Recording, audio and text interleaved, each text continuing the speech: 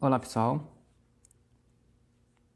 essa é a primeira aula do curso API dos ABACS para sysadmin com Shell Script.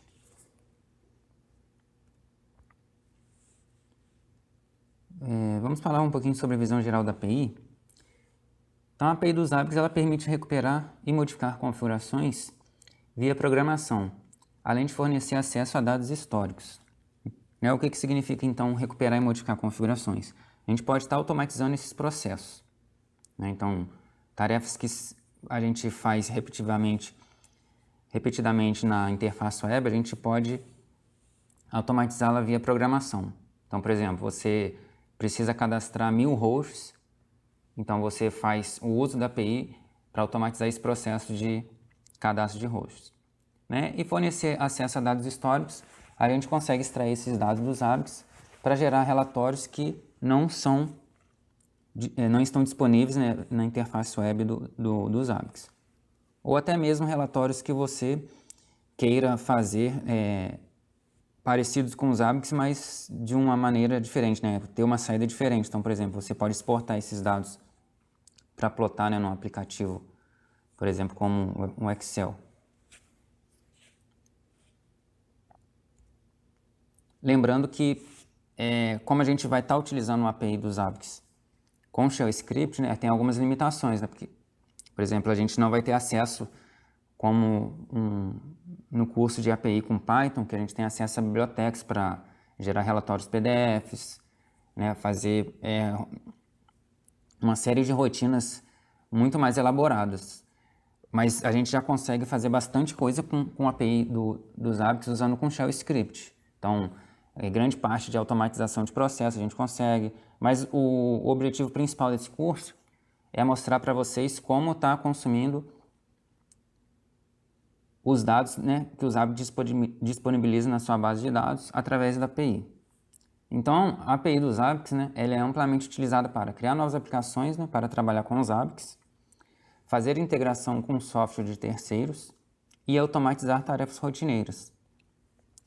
Esse criar novas aplicações para trabalhar com os ABACS pode ser de diversas maneiras, desde aplicações back-end, por exemplo, como você pode fazer geração de relatórios. Você também pode estar desenvolvendo um front-end, por exemplo, utilizando os dados da API dos ABACS. Fazer a integração com o software terceiro, você pode estar integrando os ABACS com um sistema de helpdesk para abrir chamados automaticamente. Pode automatizar tarefas rotineiras, então, como o exemplo que eu dei de fazer o cadastro de hosts, criar uma árvore de serviço automaticamente. Tem várias coisas para ser automatizadas no ambiente dos ABACS. Então, a API dos ABACS é uma API baseada na web e é fornecida como parte da própria interface web dos ABACS. Então, para você estar utilizando a API dos ABACS, você tem que apontar o caminho do servidor web dos ABACS. Então, por exemplo, não adianta você querer utilizar a API dos ABACS num servidor separado. Você vai ter sempre que apontar para o servidor onde está hospedando o front-end dos ABACS. Então, ele tem que estar disponível, o servidor web rodando e etc. E ela utiliza o protocolo JSON RPC 2.0. Consiste em um conjunto de métodos e as requisições de resposta entre os clientes e API são codificadas usando esse formato JSON. É um formato bem simples de ser utilizado, de ser lido, e é mais troca de dados entre a API dos ABACS e a programação que a gente for fazer. Então, a nossa requisição vai ser feita no formato JSON e a API dos ABACS vai responder a requisição entregando os dados no próprio formato JSON. Então, o que a gente tem que fazer é formatar essa saída para pegar apenas os valores que interessam a gente.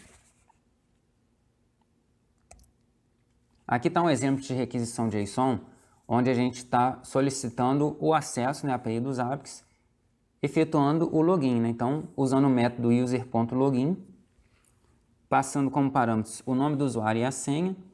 Aqui tem um ID, que vai identificar essa requisição, e esse parâmetro out, ele está sendo nulo porque a gente está utilizando o método user.login. Por enquanto, a gente não tem um token de autenticação, né? Na verdade, esse parâmetro out aí, ele vai armazenar o token de autenticação. Então, as próximas requisições que forem feitas por outros métodos, depois do user.login, a gente tem que passar o token que a gente receber nessa requisição. Então, como resposta, o JSON vai imprimir para a gente o resultado da requisição, que é justamente o token de autenticação. Esse token de autenticação que a gente vai ter que utilizar nas próximas requisições. Bom, então antes da API dos ABICs, não existia nenhuma ferramenta para controlar os APIs fora da interface web, né? Exceto executar consultas diretamente na base de dados, o que não é muito seguro. Por que não é muito seguro? Nem todo mundo tem conhecimento de SQL. E outra coisa também que é um ponto negativo é porque o projeto do banco de dados, né, da base de dados dos ABICs, pode mudar entre uma versão e outra. Já com o uso da API, você não corre muito esse risco, porque uma vez que a API for implementada, você não precisa saber o que está por trás dela. Então, por exemplo, como que eles implementaram a base de dados, né?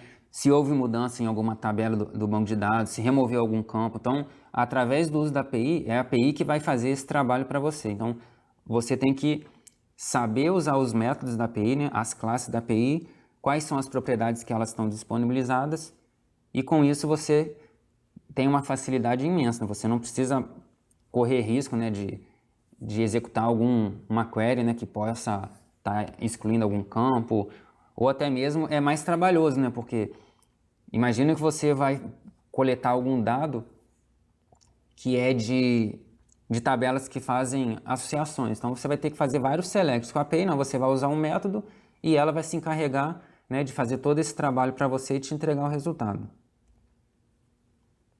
Bom, a estrutura da API, né, ela é formada de classes, métodos, e a maioria das classes possui 4 métodos, né? Get, Create, Update e Delete. Grande parte dessas classes, né, por exemplo, host group, template, itens, mais essa parte de configuração que ela pode ter outros métodos, por exemplo, como mesUpdate, né, mesadd. Então, mas a grande maioria da parte vai estar utilizando esses 4 métodos. E as classes de obtenção de dados, por exemplo, vai estar utilizando sempre o get. Então, por exemplo, history.get, o history só tem o history.get, event.get, né? Então, são